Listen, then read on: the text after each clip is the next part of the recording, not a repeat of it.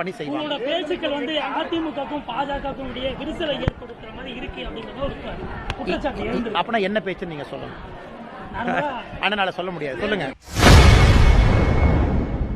அதிமுக மற்றும் பாஜக இடையே விரிசல் ஏற்படுத்துகிறீர்களா என செய்தியாளர் எழுப்பிய கேள்விக்கு பாஜக முன்னாள் மாநில தலைவர் அண்ணாமலை அதிரடியாக பதிலளித்துள்ளார். தலைவர் தொண்டர்கள் எல்லோருமே அதை கண்டிச்சு நேற்றிலிருந்து பேசிட்டு இருக்காங்கன்னா இது காவல்துறையும் முறைப்படி நடவடிக்கை எடுக்கணும். காரணம், ஒரு பக்கம் கோபத்தை சம்பாரிச்சுக்குவாங்க. நீங்க ஆட்டோ ஓட்டுநருடைய கோபத்தை எல்லாம் காவல்துறை சம்பாரிச்சுக்குவாங்க. அதுபோல் நடக்காமல் காவல்துறையும் ஜாக்கிரதையாக கவனமாக இருக்க வேண்டும்.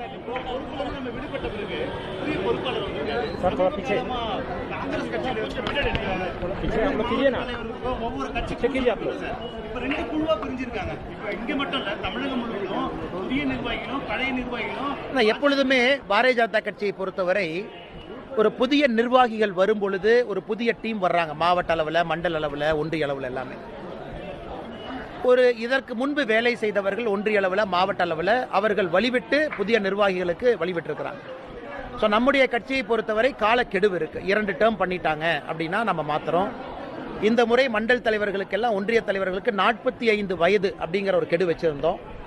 அதனால் எல்லா இடத்திலும் கூட நம்முடைய பழைய நிர்வாகிகளாக இருக்கட்டும், புதிய நிர்வாகிகளாக இருக்கட்டும், அவங்க தொண்டர்களாகத்தான்.